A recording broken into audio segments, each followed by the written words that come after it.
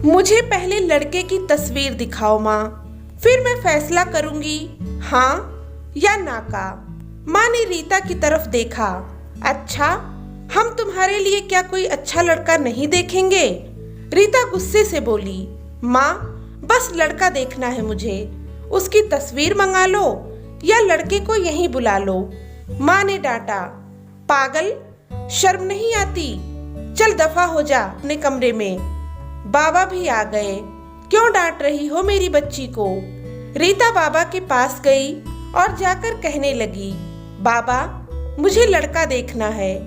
बाबा ने मुस्कुरा कर कहा, हाँ बेटी, तुम्हारी मर्जी से ही करेंगे शादी। कल मैं उसकी तस्वीर मंगवा लूंगा। लड़के का अपना होटल है, पढ़ा लिखा है, प्यारा है। लेकिन रीता को तो लड़का देखना था।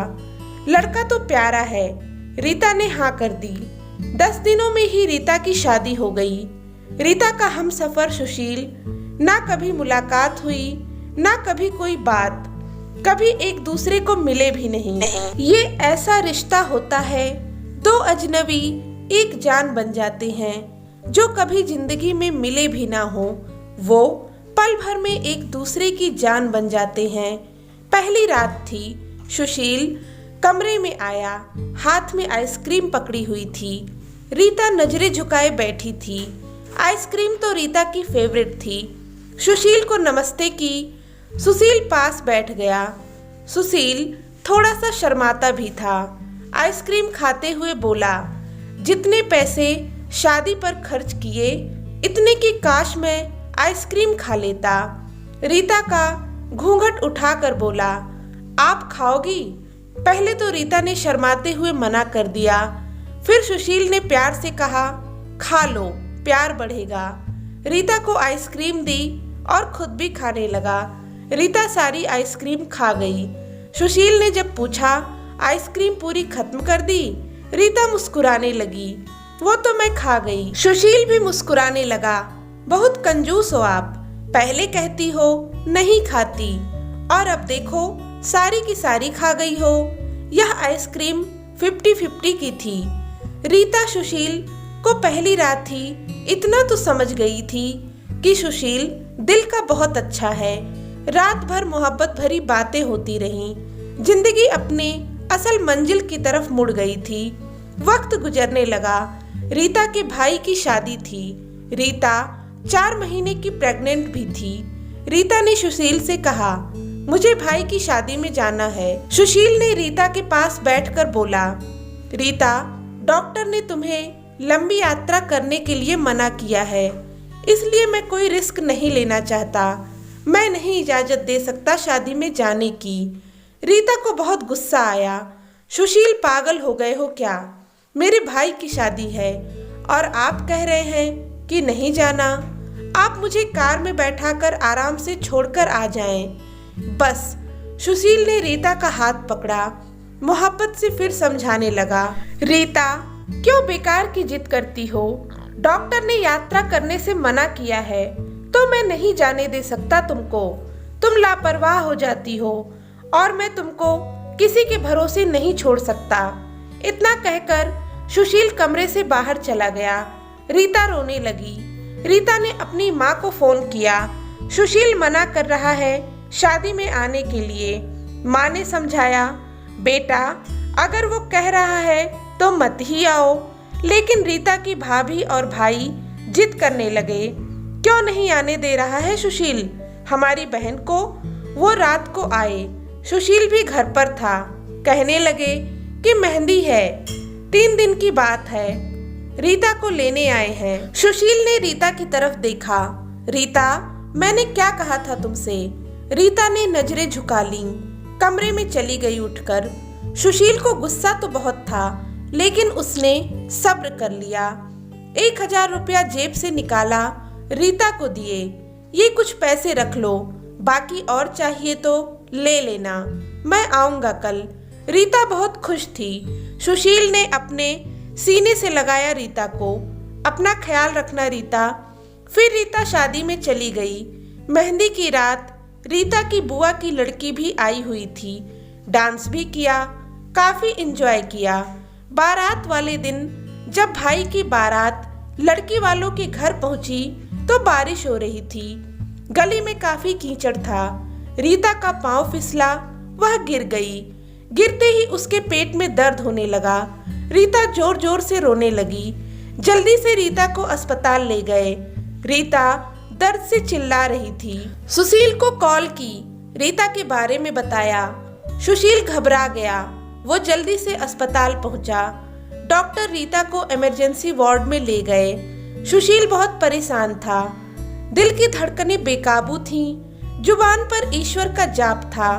बाकी सब लोग शादी में खुशियों में मग्न थे, लेकिन यहाँ सुशील परेशान खड़ा था। कुछ देर बाद डॉक्टर कमरे से बाहर आए।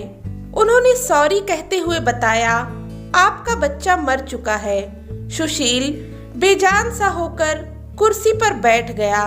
भगवान से हिम्मत मांगकर जल्दी से वार्ड में गया। रीता रो रही थी। सुशील को देखकर मुंह मोड़ लिया। सुशील पास बैठ गया, सर पर हाथ फेरने लगा। अच्छा चलो, चुप करो, रोना बंद करो, बस ऊपर वाले की मर्जी थी। रीता फूट फूट कर रोने लगी। सुशील, मुझे माफ कर दें, मुझसे गलती हो गई। सुशील ने आंसुओं से भीगी हुई पलकों को चूम लिया। अरे बस बस, रोते नहीं, बस ऊपर वाले की मर्जी थी, चुप हो जाओ। रीता खुद को गुनहगार समझ रही थी, अपने बच्चे और सुशील का। सुशील रीता का सर अपनी गोद में रख लिया। चुप हो जाओ, रो मत, देखो अब मैं तुम्हारे पास हूँ। शादी खत्म हुई, सब घर पर आ गए रीता का हाल पूछने। रीता खुद पर इल्जाम दे रही थी। मुझे रोका था सुशील ने माँ, लेकिन मैं जिद करती रही। शादी में जाना है। अगर मैंने इनकी बात मान ली होती तो आज शायद मैं अपना बच्चा न खोती। सुशील समझ रहा था रीता दिल ही दिल में खुद को कसूरवार ठहरा रही है, इसलिए वह प्यार से समझाता रहा रीता को। अरे पागल, खुद को परेशान ना कर, ऊपर वाले की मर्जी थी। ऊपर वाले ने चाहा तो हमें फिर से औलाद जरूर देगा। रीता सुशील की आंखों में देख रही थी। सुशील, आप इतने अच्छे हैं, मुझे डांटा नहीं, आपने कुछ कहा भी नहीं। सुशील ने लंबी सांस ली, मुस्कुरा कर बोला, जब तुमने मेरी बात मानी ही नहीं थी तो अब कुछ कहने से क्या फायदा। रीता समझ रही थी सुशील का खामोश गुस्सा। 1 साल बाद फिर ऊपर वाले ने उनको बेटा दे दिया। सब बहुत खुश थे। सुशील बाहों में उठाकर चूमने लगा अपने बेटे को।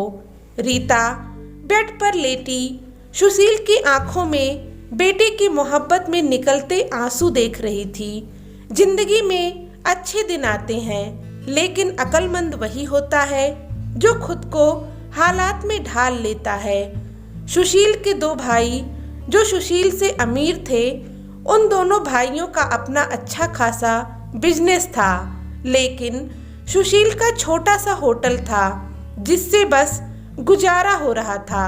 रीता ने जिद की, बच्चे को गर्मी लगती है इसलिए अब बहुत रोता है, मुझे कमरे में एसी लगवा कर दें। सुशील ने कहा, अरे रीता, पागल हो गई हो क्या, मेरे पास नहीं है इतने पैसे एसी के लिए। रीता ने जिद की, मुझे एसी चाहिए बस।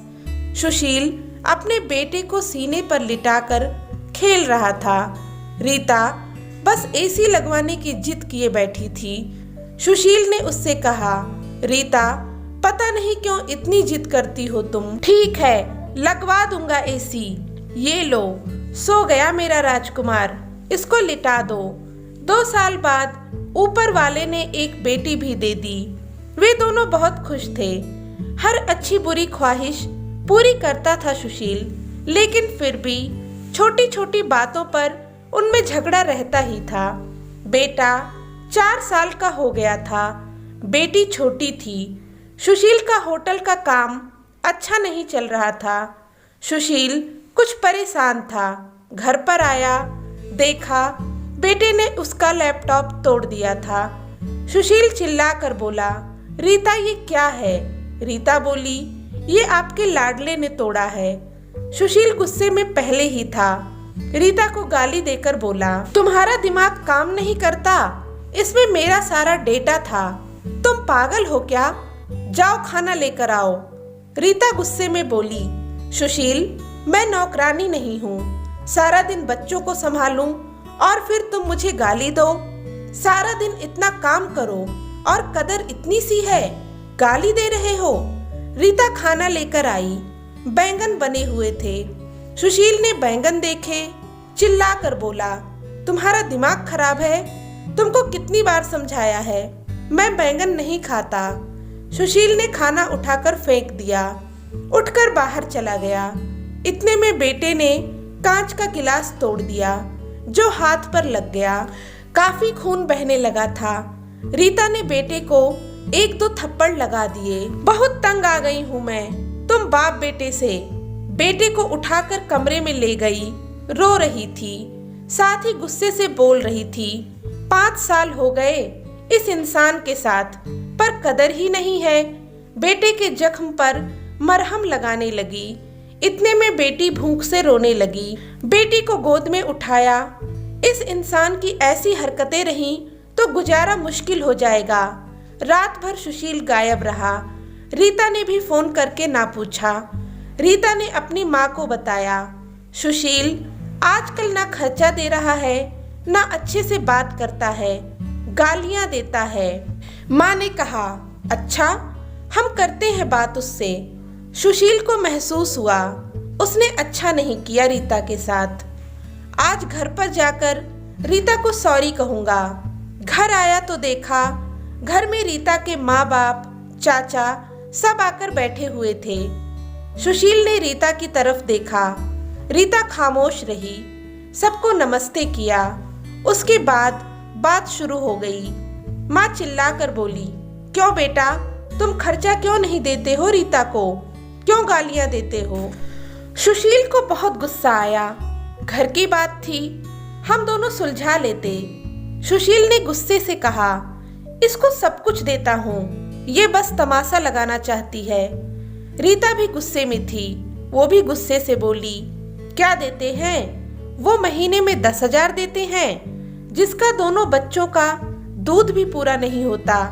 एहसान करते हो मुझ पर, तुम्हारे बच्चों पर खर्चा करती हूँ। बहस इतनी बढ़ गई कि सबके सामने सुशील ने रीता को थप्पड़ मार दिया। रीता की माँ को बर्दाश्त नहीं हुआ, वो अपनी बेटी को साथ ले गईं। दोनों बच्चे भी साथ ले गईं। सुशील ने भी ना रोका उन्हें। रीता को थप्पड़ ज्यादा जोर से लगा था, निशान भी बन गया था उसके चेहरे पर। माँ भी रोने लगी। ना जाने पहले भी कितना जुल्म करता होगा मेरी बेटी पर, कमीना इंसान। सुशील पहले से ही अपने होटल की वजह से परेशान था, काम ना होने की वजह से, और अब ये परेशानी बन गई। रीता मायके में थी, सुशील यहाँ था, घर में परेशान था। हालात इतने खराब हो गए, सुशील को अपना होटल बेचना पड़ा। 2 महीने गुजर गए। दोनों ने एक दूसरे से बात तक ना की। दोनों गुस्से में थे। सुशील कहता, खुद गई है, खुद वापस आए रीता। रीता अकड़ में थी, मनाने आएगा तो जाऊंगी। दिन गुजरते गए, 8 महीने गुजर गए, कोई बातचीत नहीं हुई। सुशील के एक दोस्त ने उससे कहा, विदेश जाना है तो बताओ, मेरे पास एक ही वीजा है। हालात काफी बुरे थे। वह विदेश चला गया, नंबर बंद हो गया। 1 साल गुजर गए। दोनों ने कोई बात ना की एक दूसरे के साथ। रीता भाई से खर्चा लेती, बच्चों के दूध का या फिर दूसरे जरूरी सामान का। भाई कब तक दे सकते थे खर्चा? उनके पास भी अपने बच्चे थे। कभी रीता के बच्चे कोई नुकसान कर देते, कोई चीज तोड़ देते, तो रीता की भाभी हजारों बातें सुना देती, ताने देती थी। रीता चुपचाप सुन लेती थी। क्या करती आखिर? दीपावली का दिन था। रीता ने भाई से कहा, पैसे दे दो, बच्चों को शॉपिंग करवानी है। भाभी बोली, बहन साफ सी बात है, हमारे पास फालतू के पैसे नहीं हैं। उस इंसान के साथ गुजारा नहीं तो तलाक देकर किसी दूसरे के साथ शादी कर लो, जाओ यहाँ से। रीता उस दिन बहुत रोई थी।